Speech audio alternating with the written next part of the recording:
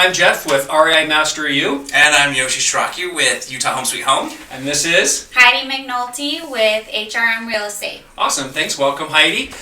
This is Deals A to Z, where we're covering real estate investing deals from beginning to end so that you get a really good understanding of real estate deals. This series is on single-family residential flips. Yep. So, Yoshi, I'll let you go ahead and get started. You can introduce our guest. Yeah, well, this is Heidi, and I figured, Heidi, I'll let you introduce yourself and tell us a little bit about yourself. Okay. So, my name's Heidi. I've been doing real estate investing since 2012. I started with rentals and tried to flip in 2013 and failed miserably. And just started doing flips again in 2019 and did 10 flips last year. And plan to do at least 16 flips this year, and have learned a lot over the years, but learned a lot just from the Slarias and from a lot of the real estate classes and a lot from Jeff. Perfect. That's amazing. 10 flips, and really it's almost your first year. Yeah. I mean, as a realtor, I'm going to be... First successful year. Hey, but those not successful years, we learn a lot. Oh, yeah. I would say I learned more in that one unsuccessful flip than... the 10 successful ones. Than the 10 successful ones, but... Honestly, I learned the most just in learning from everyone else's mistakes. And that's why we're here. And classes. Because, the advice that I didn't take in that one flip cost me more than any of the classes ever costed me. Right, any coaching, any mentoring. Right, you could pay for one class and it would pay for, 10 flips in itself. Yeah. You could pay for 10 classes and it would pay for the one flip that you're going to fail in. Exactly. Yeah, totally. Exactly. And it's also, your first year really getting into this. You did 10 flips. I mean, a lot of investors are they'll spend years before they even get their first flip. Oh, yeah. So, let me ask you this. What sort of got you to do those 10 flips that first year? What kind of motivation, or... Did you just I'm going to do it, I'm going to set a goal, or how did you do that? I went to Matt Atkinson's Blueprint class in the first week of January, and I set a goal to do one flip. And I did that one flip, and I found the flip on his bus tour, and I did the one flip, and I made really good money on it. I felt like I had learned enough over the years that I felt like I could get back into it. And when I did the one, I made good money, and I was like, I really feel like I got this. I got the hang of it. I've learned so much over the years that I'm not going to fail again. And I'm one of those people that if I feel like I can do it, I'm not going to just settle that, I hit my one goal for the year. So I was like, I'm going to try and do 2 more. And then I did 2. After that, I did them at the same time. And then I did those 2 at the same time. Then I did 4. Do 4 at the same time? Did 4 at the same time, and then kind of just doubled continued. Up. I just doubled up and then continued from there so that I could keep it going. After I set the goal for 1 and hit it, I bumped it up to 6 for the year. Then once I hit 6 for the year, I bumped it up to 12 for the year. And I didn't hit the 12 goal in flips, but I did hit 12 properties for the year because I did rentals as well. You picked up 2 rentals then? Nice. Yeah. Very awesome. Nice. What's the goal this year? This year I am changing it because in 2019 I did hit the 12, but I actually lost $1,000 on the 12th property. Because I bought it. To lose $1,000 over 12 properties. But I knew in my gut it wasn't a good property, but I bought it because I wanted to hit 12. And so this year I'm not setting a numbers goal, I'm setting a revenue goal. That's good. And that way I'm not buying just to hit a number, I'm buying to hit a revenue number. Yeah, I think that's really smart. And so this year my revenue number is to hit $500,000 in revenue. I'd like 300 of that to be in my 401k trust that you helped me set up. Okay. And then 200 of that will be in our flip company. Nice. So. Very cool. That is great. Yeah, super Awesome. cool. Yeah. I love it. Want to get started on Yeah, I'd love this to. particular project? Yeah, so Heidi, if you could please share with us, in regards to this particular project we're going to talk about, how you found this deal. So I found this deal on Matt Atkinson's bus tour. And for those that don't know, he's just a local real estate educator, and he did a bus tour, about 40 or 50 people, I think, on a bus, and they went to different flip projects just to kind of learn flipping. Yeah. Okay. And so I purchased that one, and it was completely demoed. It had no walls. It was literally a blank slate.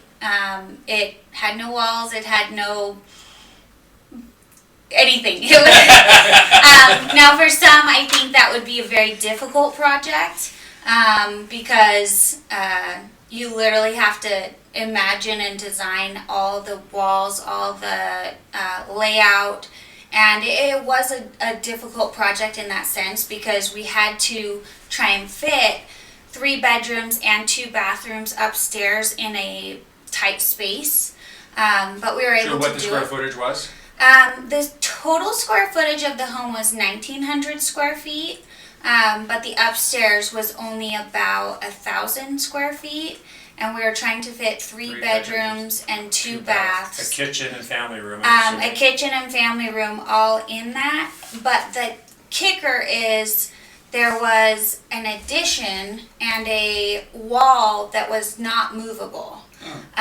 which made the back master bedroom probably maybe 400 of that 1,000 square feet. So it was really hard to add 2 more bedrooms and a bathroom and a living room and a kitchen in 600 square feet and still make it look good. Right. Did you do it? Yeah, and we did it very well. It turned out really good. We did have to do a lot of moving, what we could move, as far as electrical and plumbing and what was left there. But it turned out really good, and we had to think outside the box. It actually did not have a dining room table. It didn't have room for a dining room table, which I was really against.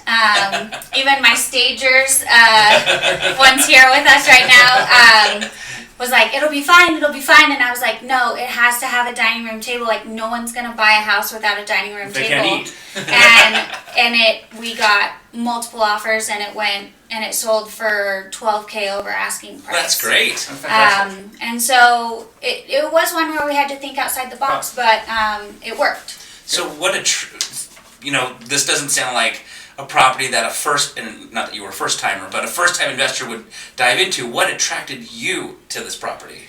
It attracted me because it was a challenge. I think a lot of people, first time investors especially, and honestly, even though I am newer to flips, I've done a lot. I have 9 rental properties, 2 of which I bought last year. But I have 7 rental properties, and so I've done a lot of remodels. Got it. And so I like a challenge. I don't particularly love houses where you're just doing paint, carpet, and Fixtures. Yeah, fixtures, and that's it. And so I liked the idea of the challenge. Oh, and cool. and I feel like you can make more money on those types of homes because not so many people are even bidding on them. Right. And so they don't get bid up nearly as high. Got it. And so. But this particular property you got on a bus tour. Mm-hmm. Was it available? Like, did you stop by the house and say, hey, whoever wants this deal, they can pick it up? Yeah. So on the bus tour, it was available, and I think it ended up being 2 or 3 of us were interested. And it did go to highest and best, and we had to bid up to get it, but it was still a decent margin. But we really pushed the market with that one. We pimped it out pretty good, and the ARV was supposed to be somewhere between $320 and $330, and we ended up selling it for $370. That's fantastic. Yeah. Very cool. Yeah, we really pushed the market on that one, and we were able to add an extra bedroom by getting it downstairs. in the basement. We made the basement, we added a kitchenette in the basement, made the basement a 1-bedroom basement rental. Yeah. So that it was Like a mother-in-law. like a mother-in-law, Yeah. and then added a door so that even though it had the spiral stairs downstairs, Oh, sure. it could still be rented out separately. Oh, cool. And then made it. We really pushed the market on it, but we did it by design, and it worked, and it turned out really good. That's fantastic. Yeah. How did you finance, for those that are listening that can't even imagine coming up with funds, how did you guys finance this deal? So with this deal, we did hard money. So we purchased it with hard money, and we paid points up front, and then it got lumped into the hard money loan. Do you want me to go through those numbers? Well, hang on the numbers. So Yeah. just kind of, you use hard money. So we used hard money to purchase it, and then we rehabbed it with our own personal own cash. funding. Cool. And then closed and. Did your hard money lender require any down? Did they do 100% of the They did 100%. We've vetted out several different hard money lenders, and there are some that will only fund some of it, and 70 or 80%. yeah. And we prefer the ones that will just do 100%. It's just cleaner and Me neater. too. Yeah, it's just neater too. Yeah. And then you don't have all the different calculations and money everywhere. It's just Right. easier. Right. Awesome. What would you say was the biggest lesson you learned in the acquisition of the property? Like, just obtaining it. Was there any major lessons that you learned? I would say Due diligence, things. we didn't run into any hiccups during funding or anything, but during due diligence, we did. It was a tight time frame on due diligence, and so we didn't have time to do a inspection like we normally do. Mhm. And so we did the inspection, but the inspection actually ended up being the day after we closed to purchase it, which Sure. we knew we wanted it. Oh, yeah. I have a really good construction manager that had already inspected it himself. Mhm. But the inspector did find termites in the back corner that had rotted out the back corner of the house. Got it. And so we did have, I always do inspections before I close. Sure. And so that was just one thing that was a little bit of a hiccup when we closed on it, was that, just kind of re-verified that the importance of doing inspections before you close. Yeah, yeah. And using that as a negotiating tool. Yeah, we talked about that on the show. Yeah, Yeah. yeah. It's always important, because it did end up costing us, I think, about an extra $500, because I have a good construction manager. He was able to do a lot of it himself. Nice. But it rotted out the back corner of the house, and the foundation had sunk a little, so we had to boost up that foundation and then call out pest control to kill all the termites. Got it. I got a question, because I found this fascinating. Yeah. How much did you pay to be on the bus tour? Do you remember? I don't remember exactly, but It's it's probably in the usually hundreds. between 100 or 200, Yeah, I'd somewhere say around there. Yeah, I'd say probably $200 or $300 for a bus tour is about normal. Yeah. So you went on this bus tour, you paid $200 or $300 to learn, to Yeah. educate yourself and be a better investor. Right. You found a deal on the bus tour, and how much did you make on the deal? I think on that one I ended up making $54,000.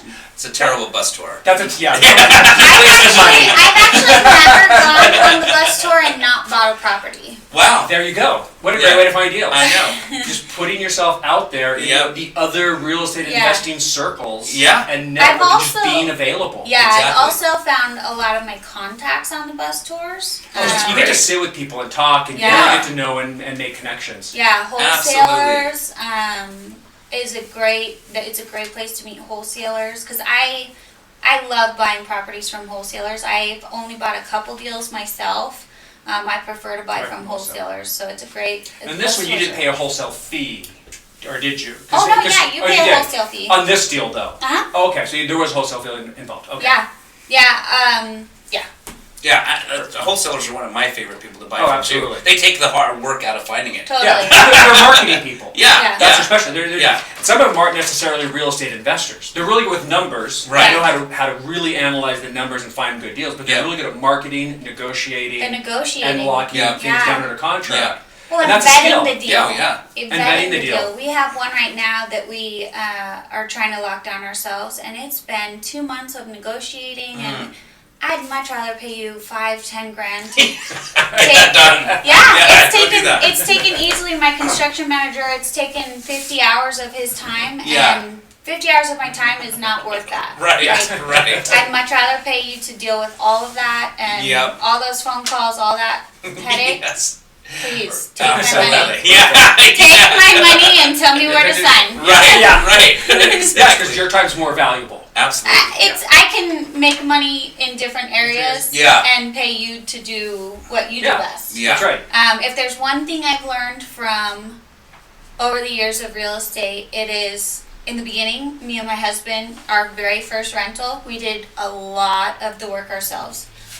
I can tell you over the years I've learned, I'm not good at drywall. I'm not good at demolition. I can do it, but I can make so much more money Yeah. doing what I'm good at Yeah. and pay people to do what they're good at. And I think that's the number one lesson that I learned over the years is that pay people to do what they're good at. Yeah. And pay them well, and you will make so much more money by letting them do what they're good at, you do what you're good at, and you're all gonna work really well together. Absolutely. Perfect. Totally agree. Cool. So in this transaction, what would you say was the most expensive item on the renovation?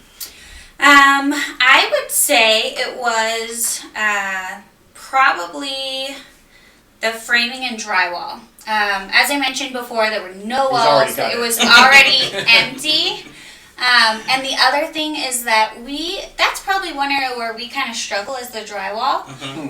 We have a lot of drywallers kind of start and then either bail on us or raise prices or, kind of different things. Yeah. And so this particular project, no one bailed on us or anything, but we got 3 different bids and they were all much higher than we expected, and so it was costly to get the framing and drywall done because we had to do the whole house. Do you think the higher bids gave you better contractors who were more reliable and were going to finish the project as opposed to going to the lowball offer who may not complete the project? What do you think about that? We've really struggled in that area because we'll get drywallers that'll do one house for us and then we call them for the next one and they aren't reliable. And then we'll find new drywall contacts and then they'll do one house for us and then when we call them for the next house, they don't do it. So we have never actually been able to use the same drywall contact on 2 houses. So that's a lot of drywall contractors. Yeah, I will say that has been our number one struggle, has been drywall. But your other subs, are they pretty consistent? All our other subs, we use the same subs for all the houses. But drywall has been the number one where we've really struggled to find legal, consistent, Good drywall. Yeah, just reliable. Reliable. Well, I should say reliable repeat. Yeah. They've been reliable and they've finished the project, but just getting them to want to do work again. Yeah. And working with the same contractors is so important. Oh Yeah. It makes it so much easier. So much easier. So It's much just like, easier. hey, here's the next one, go. Yeah, Go. The next same one, thing go. as the last Start one. getting bids again. Yeah. And Well, especially when worrying. I'm running 4 houses at a time, Yeah. it's so much easier to just be like, hey, Yeah. go to this house this week, go to this house this week, go to this house this week. But when we can't do that for our drywallers, it makes it a little harder. Right. So What would you say, and maybe it's that, but what would you say was the biggest hurdle or surprise? You mentioned 2 things, the termites and the drywall. Was there something else that you would call the biggest hurdle or surprise in this project? yeah, I would definitely say the drywall, and then the other one would be the cabinets. Because we had to fit a kitchen in such a small area, we had to really be selective of how we put the cabinets Got it. in the kitchen, and we couldn't move that back exterior that was now an interior wall. And the window was low, so we had to actually use shorter cabinets than in that section. Shorter base cabinets. Yeah, and then also we had to use a weird cabinet to get the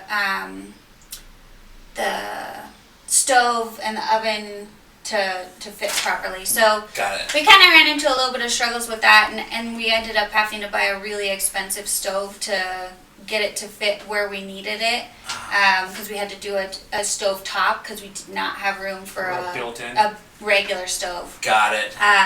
And so those were things that, you know, that normally in that price range we just do Wouldn't- Yeah. cheapest, you know, Yeah. $1,200 appliance set, Right. throw it in. Right. But that one I think we ended up spending a lot. Did I on notice that a stove circular staircase? top. Uh-huh.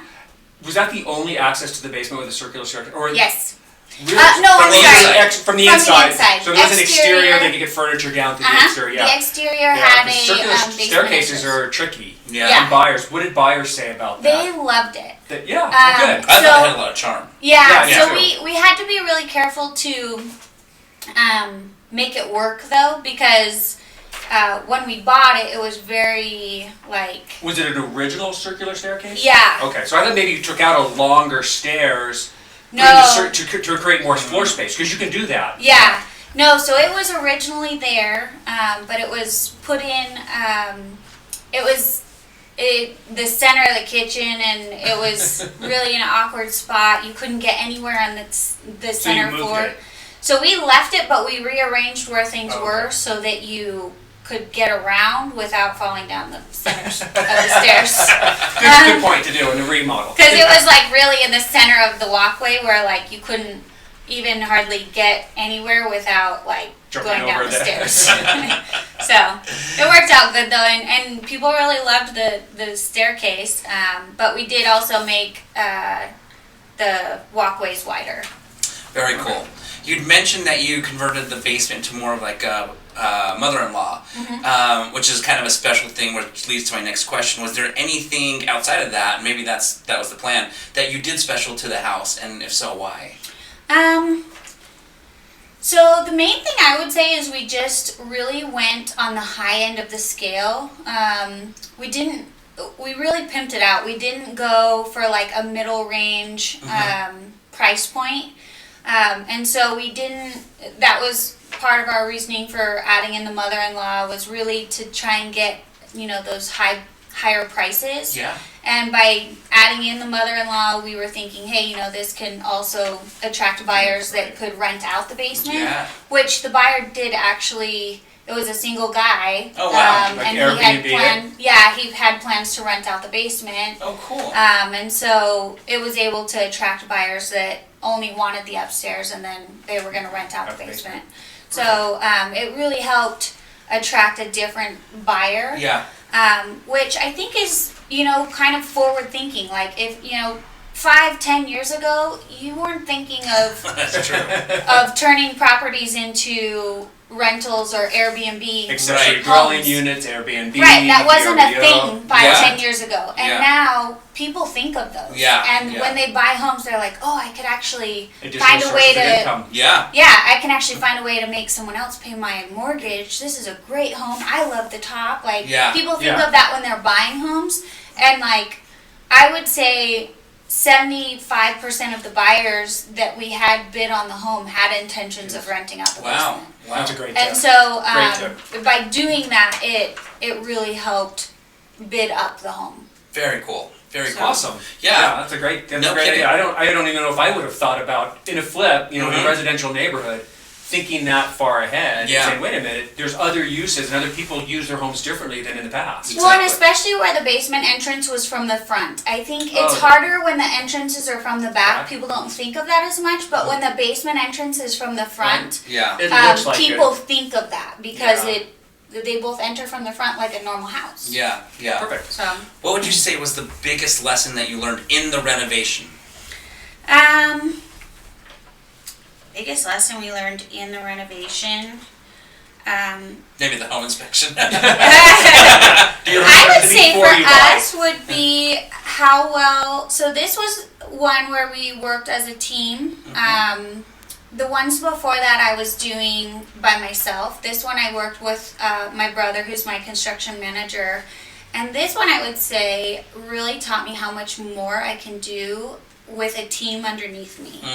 So I would say the biggest lesson that I learned is how much more you can get done with a team underneath you. And this was kind of my turning point where I realized, okay, if I have a team, I can do 2 and 4 and 5 at a time. Right. And this is the one where I realized that I don't have to do 1 at a time and just hit 1 flip for the year. I can do 12. Right. And so I think for this one I realized, this was one where on the bus tour everyone was like, oh, this is a 6-month renovation, this is going to take forever, and we did it in like 80 days. Nice. But it was 100% because we worked as a team. It was because we had a construction manager there, on site, working, pushing it along. Myself and my brother were talking regularly, managing the budget, making sure we were staying on budget. And by working together as a team, we were able to get so much more done in a faster time frame and really make so much more, but also get it done faster so that we were able to do more in the year. And it was really an aha moment.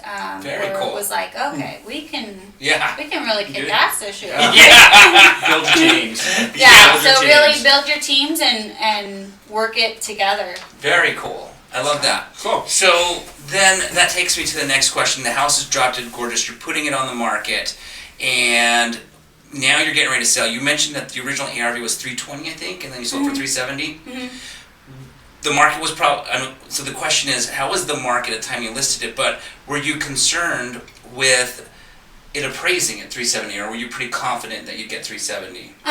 So obviously appraisals are always kind of a fingers crossed, let's hope that they get there. We were a little concerned, but at the same time we were confident in the sense that we had the basement, kitchenette, and we had items like that these other homes, didn't quite have. There was, the closest comparable was like $365 and it had just sold. Or maybe it was $360, sorry, it's been a year. But there was one that was like on the high end, it was fairly close, but the finishes weren't quite as nice. And we really finished this one really, really nice. And so I was pretty confident we were good on the appraisal. But it did come in just right. Nice. We didn't have much to spare. Gotcha. And how'd you market it? So we used our realtor, which last year I used Melissa Williams as our realtor. She's a great realtor. And she did an open house. She does drone videos and posts them all over social media. And then she takes amazing pictures. She was actually a photographer before she was a realtor, so she takes amazing pictures. I always stage my homes. Nice. At all levels of sales price, even entry level to stage? Conveniently I own a staging company. I was going to say. I do that too. I actually opened a staging company because I wanted to start flipping homes, and I was like, well, this will benefit me, but then also I knew a lot of investors. But I do stage at all levels. Even if I didn't own the staging company, I would just because it's not that expensive. Right. It's really not, at least with my company, it's not that expensive. And so I stage at all levels because it does really help warm up the home. I feel like when you walk into homes, especially like the living room and the kitchen, when you walk into homes that aren't staged in those two areas, it's not homely. It's very cold. Yeah, it's cold. And so I do stage, and then in the pictures it's always staged. And then, I would say those How are many the did you have main at your ones. open house? I actually don't know. Oh. That's a good question. I kind of just leave the realtor stuff to her. Team. Yeah. Yeah. I do know that it went on the market and it was under contract in 2 days. We put it on the market on Friday. Saturday she did the open house and it was under contract by Sunday. Perfect. That's great. And we had multiple offers. I want to say we had 4 offers, and then it went under contract for 12 over asking price. That's fantastic. Awesome. If we could talk about the numbers a little bit. So you sold it for $370. You purchased it for, how much did you purchase for? Do you remember? I want to say I purchased it for $198. Okay. Actually, I have it on my phone. Do you mind giving me my phone? Sorry. Oh, I have no, sorry. So I actually, Dell and I use numbers on the iPhone, and then we have a master budget that we use. And so we have it all on our iPhone, and then we just share the budgets. Oh, nice. And that way it's all up to date, and if Dell purchases anything, he puts it into the budget, and I can see it instantly. It's kind of like a Google Doc, but it's just in the iPhone. Is it just a note? Is it a program, program, app? It's an app. It's an app. On iPhones. What's the name of the app? And it's called Numbers. Oh. Is it just Apple's Numbers? Which Yeah. Is, yeah, it's just Apple's version of a spreadsheet. Yeah. Yeah. Okay. And then you can share it with anyone who has an iPhone, or you can export it to Excel at any time, and then you can have it, whenever you're ready. Cool. So we purchased it for, so we purchased it for $198, and then we paid $14 in hard money. Fantastic. And what was the total of renovations? The total renovations was $66,734. Awesome. And then you sold it for $370. So what was the after all expenses, agent? About $280. What was your final profit? So About 50? looks like I was off. Yeah. Sorry, Oh, yeah, I 50. thought I made 54. I made 51,902. Very cool. So I was a little off. $50,000 on a flip. Yeah. From a bus tour. From a bus tour. Yeah. Which you pay $200 to be on. Yeah, exactly. Yeah, anyone smart enough to calculate that return on $200? Yeah. So. Astronomical. No kidding. Excellent. So, what would you say it was the biggest learning factor during the sale? You got multiple offers, one went above higher. Did you look at things in the offer like, cash versus could close quick or anything like that? Was there any major lessons learned? So I always try to avoid, oh my gosh, why am I drawing a blank? What are those offers? Like FHA. I was trying to avoid FHA loans if I can, just because a lot of the times they have a lot of inspections and also like reappraisals. Sometimes they're low. Yeah. And then also typically look at who can close the fastest, and then I also see who puts the most money down, and then depending on who can close the fastest, I'll counter and ask them to put however much each person who put the most earnest money down, I'll ask them to put that much down, and say, hey, we have another offer that we're considering, but this person's putting down this much, can you put this much down? We also always make them put half their earnest money hard after the due diligence. Cool. And that way, They're serious. they're serious. Or if they can't close, you're at least compensated for somewhat of the time. Yeah. And then, we've had pretty good luck. I've had that most recent property that wasn't the best deal. That one fell out of contract once. And that's the only one that really we've had struggles on. But it's all gone pretty well. Very cool. Last question, just in closing, because I'm fascinated how quickly you built in such short time, right? Yeah. A lot of people do 10 flips a year, but not their first year. Not the first year. Yeah. Yeah, not at all. What is a nugget of advice, a tip that you could share with the listeners on how you were able to expand as quickly as you did? So I'm very business oriented and I'm very goal oriented. So if I set a goal, I have to meet it. I'm not someone who will just like settle by any means. Standards are high. Yeah, I Tony set Robbins very would say. high standards, Yes. and then I like fully commit to them. I don't allow any excuse or exception to get in the way. But the other thing I will say is I've learned just from my main source of income, my company, teams are everything.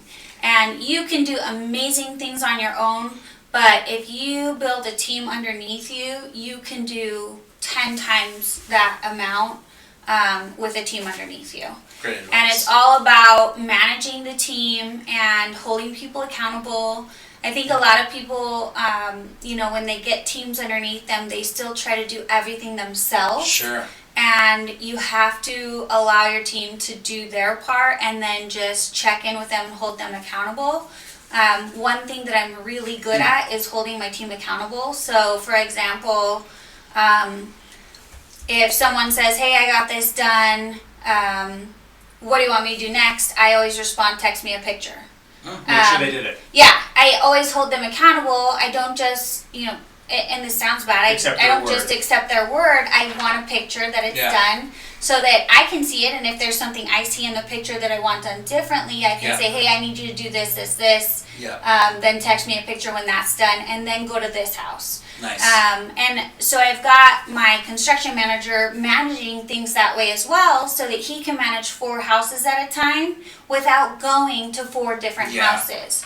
Because what he was doing for a long time was going to those 4 different houses, and he was working a lot of hours, not able to do anything else. Right. And it was just consuming all of his time, and so I've really helped him to manage his team, be more efficient, and hold his team accountable by managing it from afar and hold them accountable via picture or Basically, video. you trained your project manager to be more efficient. Yeah. That helped you. Yeah. So if you can all rely on your team and be efficient and manage it from afar, then you can all get more done, and then everyone's working efficiently, and that just multiplies on everyone's part. Yeah.